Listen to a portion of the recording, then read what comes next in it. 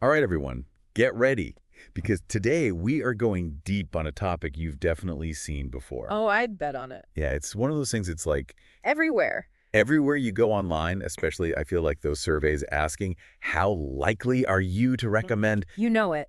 The Net Promoter Score. Yep, NPS. But we're going way beyond just like the surface level stuff that everyone's seen. Exactly, because this deep dive is for those who want to know how NPS really works, what it can't tell us, and why it's become so popular. So we've got this academic paper as our guide. It's titled Análisis del Net Promoter Score, NPS. Una métrica para la lealtad del cliente. Okay, so NPS is all about measuring how loyal customers are, right? It's the core idea. But is one question really enough to tell us that? I mean, I get the skepticism. I am a little skeptical, yeah. It does seem kind of simple, right? But there's some interesting psychology behind why it works. Okay, I'm listening. So when you recommend something, think about it. You're putting your reputation on the line. Yeah, like you're vouching for. Yeah, exactly. A high score isn't just about liking something. It means you're willing to tell others, this is good, I trust it. I'll stake my credibility on it, That's basically. exactly. Okay, that makes more sense. Good. But remind me how the scoring works. Sure. Like, how do we get from a number to figuring out customer loyalty? Right, so you've got that scale, 0 to 10. Yeah, I've seen it a million times. Anyone giving a 9 or a 10, those are your promoters. And they're not just satisfied. They're out there telling everyone how great the thing is. They're the fans. Big time. Then you've got the 7s and 8s, the passives. They're content, but maybe not as, enthusiastic. Not quite ready to write a 5-star review. Haha, probably not. Okay, and then there's the other end of the spectrum. yeah, those who aren't so happy. Right. The detractors, 0 to 6 on the scale. Oof. These folks aren't just unhappy. They might be telling everyone about their bad experience.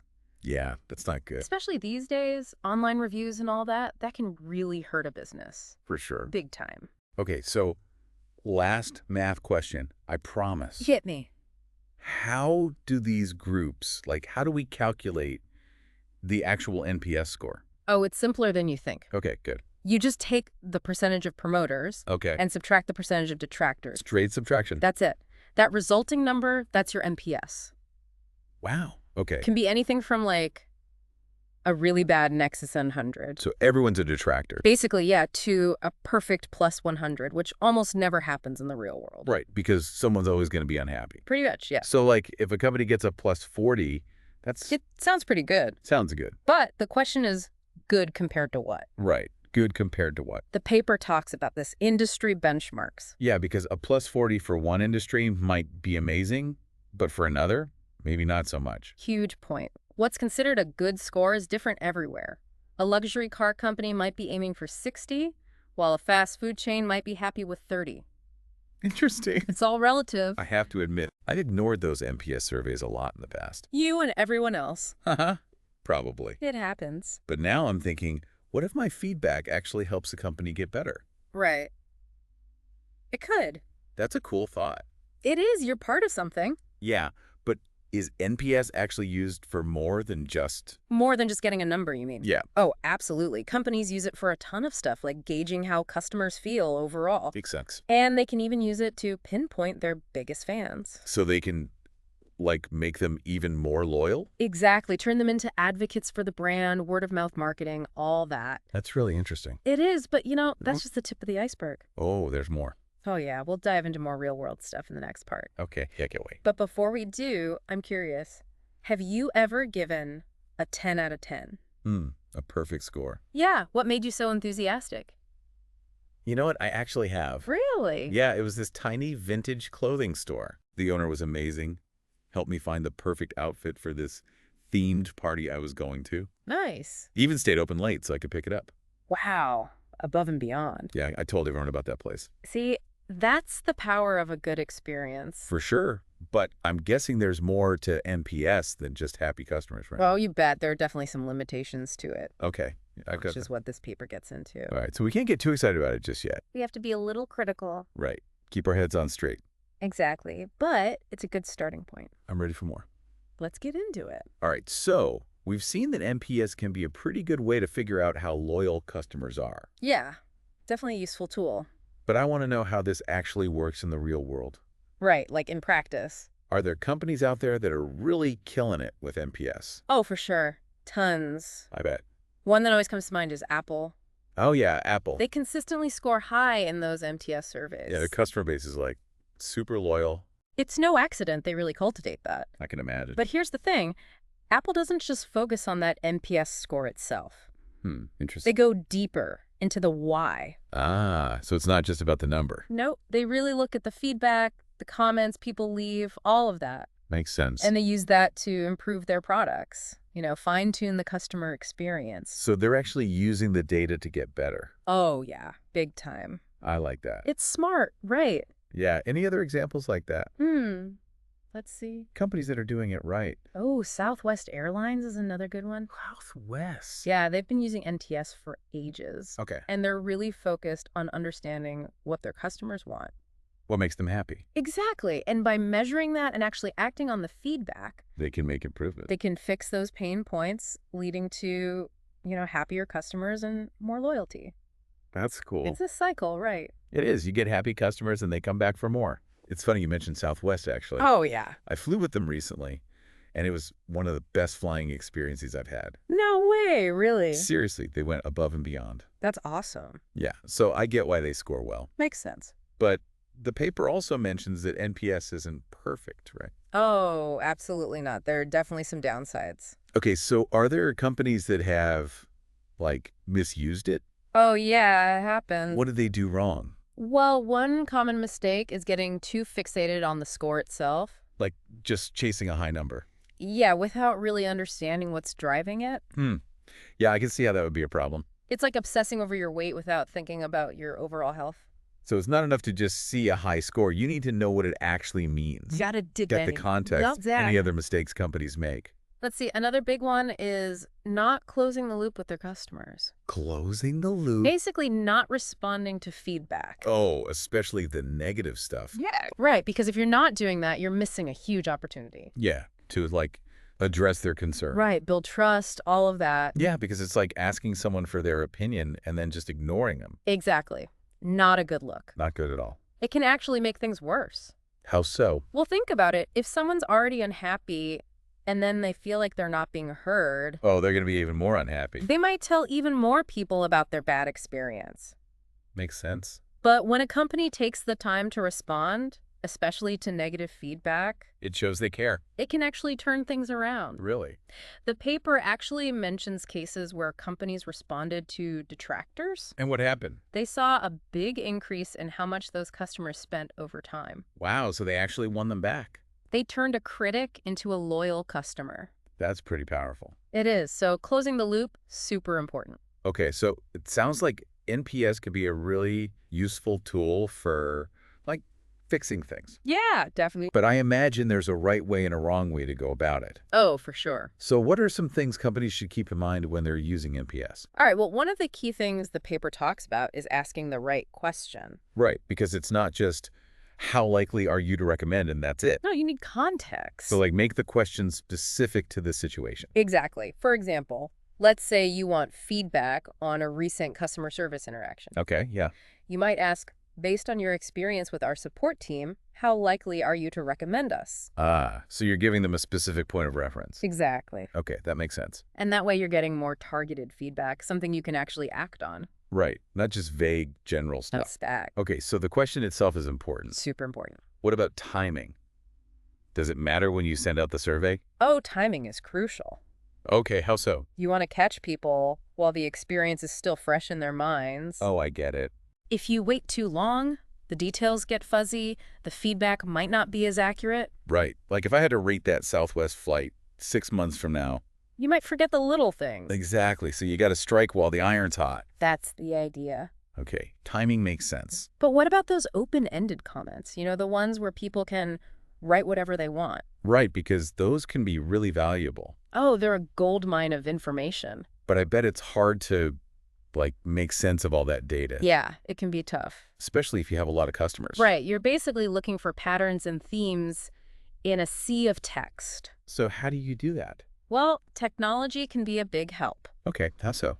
There are software tools out there that can categorize and tag comments. So it's like having a digital assistant to help you sort through it all. Pretty much, yeah. And that can save you a ton of time and effort. Yeah, I can imagine. But remember, Right. technology isn't perfect. You still need humans to look at the data. To make sure it's being interpreted correctly. Exactly, because there are always going to be nuances that a machine might miss. Right, so it's a team effort. Exactly, humans and AI working together. To get the most out of that data. That's the idea. Makes sense, but even with all the best tools and techniques, Right. the paper is pretty clear that NPS isn't the be-all and end-all. It's not a magic solution. It's just one piece of the puzzle. One piece of the puzzle. So you have to use it with other things, other metrics, other data. Absolutely. Like what? Well, for instance, you could combine NPS data with customer churn rates. Okay. Or customer lifetime value. Makes sense. Or even social media sentiment analysis. Oh, so you're getting a more complete picture. Exactly, a 360-degree view of the customer experience. That's really interesting. It is, but here's the thing. All this data is useless if you don't actually do anything with it. Right. You have to take action. You hit the nail on the head. So what kind of actions are we talking about? Well, it's about more than just addressing the concerns of detractors. Okay, so what else? You also want to leverage the enthusiasm of your promoters. Oh, the people who are already happy. Exactly. They're your biggest fans, are already singing your praises. So why not give them more opportunities to do that? That's the idea. So like encourage them to share their experiences? Exactly. Maybe reach out to them and ask them to leave online reviews. Or participate in case studies. Or even just tell their friends about your company. Word-of-mouth marketing. It's powerful stuff. It is, because people trust recommendations from friends and family more than anything. That's right. So it's like turning your happiest customers into brand ambassadors. I like it. It's a win-win. Okay, so that's how you handle the promoters. Right. What about the flip side, the detractors? Well, with detractors, How do you handle them? the key is to show them that you're listening, that you care. Okay. So you respond to their feedback. Even if it's negative? Even if it's negative, you address their concerns and try to turn that negative experience into a positive one. But is that even possible? Oh yeah, it happens more often than you think. Really? You might be surprised how often you can win back a detractor. And make them a loyal customer. It's like magic. So it's not just about damage control. It's about turning a negative into a positive. That's the goal. That's impressive. It can be challenging, but it's worth it. Okay, but let's be realistic. Getting everyone on board with NPS can be tough. Yeah, it's not always easy. How do you make sure it doesn't become just another metric that gets ignored? Right, that's where company culture comes in. Okay, tell me more about that. You need to make NPS more than just a number. So how do you do that? It needs to be embedded in the DNA of your organization. So it's not just about having a dedicated customer experience team. No, it's bigger than that. It's about everyone in the company understanding the importance of customer loyalty. Exactly. From the CEO down to the frontline employees. And they all have to be empowered to act on it. That's right, when everyone is rowing in the same direction. When customer centricity is part of your core values. That's when you see the real magic happen. This is really eye-opening. Good, I'm glad. But before we move on, I have one more question. Go for it. What are your thoughts on the future of NPS? Ooh, that's a good one. Do you think it'll stand the test of time? Or will it be replaced by something new and shiny? Well, NPS has definitely proven its worth. It's been around for a while. But the world of customer experience is constantly changing. Yeah, for sure. New technologies, new trends, all that. So NPS has to adapt. If it wants to stay relevant, it has to evolve. So it's not about throwing out the baby with the bathwater. Right, it's about innovating, building on what works. Okay, so what kind of innovations do you see happening? Well, one area that's really exciting is predictive analytics. Predicted analytics. Imagine combining NPS data with other data sources. Okay. And then using machine learning to predict things like customer churn. Oh, so you can identify at-risk customers before they even become detractors. Exactly. It's like having a crystal ball. That's amazing. It is. It's about being proactive, anticipating customer needs. So you can address issues before they escalate. That's the idea. That's game-changing. It is. It's powerful stuff. Any other cool innovations you're seeing? Oh, for sure. Personalization is another big one. Personalization. Imagine tailoring the survey questions. Based on the customer. based on their individual profile, their past interactions with your company. Okay, so it's more relevant to them. Exactly. More engaging, and you get even richer insights. It sounds like the future of NPS is pretty bright. I think so. It's got a lot of potential. This has been awesome. I'm glad you're enjoying it. I've learned a lot. That's what we like to hear. But let's take a quick break. Sounds good. When we come back, we'll wrap up this deep dive with some practical tips and strategies for getting the most out of NPS. No matter what size your business is, stay tuned. Okay, so we're back, and we're ready to, actually use all this NPS knowledge. Right, time to put it into practice. Yeah, we've talked about all the theory and stuff, but now I'm curious about, the practical tips. The how-to. Yeah, exactly. How to actually use NPS effectively. Well, I always say start simple. Okay, keep it easy. Yeah, don't try to do too much all at once. Right. Pick one area of your business Yeah. or a specific touch point with customers. Yeah, And focus your energy there. So if you already have an online store, you might just start with the checkout process. Exactly. Send out that NPS survey a few days after someone buys something Okay? and see what kind of feedback you get. Keep it manageable. Exactly. It's a good way to get your feet wet. All right, so you've sent out the surveys, you're getting some data back. Yeah. What's next? Now's the fun part, analyzing the results. Oh, yeah, time to dig in. This is where you really start to see those insights emerge. Okay, and remind me again, it's not just about the score. No, you got to pay attention to the comments. That's where the good stuff is. That's the gold, because a high score is great, Yeah. but it doesn't tell the whole story. All right, you need the why. You need that context. Are people happy about customer service? Are they annoyed with the website? The comments will tell you They'll give you the clues you need. to actually take action. Exactly. So step 1 is gather the data. Right. Step 2 is analyze it. Okay, and step 3, Step 3 is where the magic happens, taking action. don't just sit on the results. No way. Put those insights to work. Make changes. Make changes, improve things. So let's say, I don't know, you've noticed a lot of people complaining about long wait times for customer support. Okay, classic problem. What do you do? Well, you could streamline that process. Okay. Maybe hire more staff Okay, yeah. or implement a chatbot to handle those simple questions.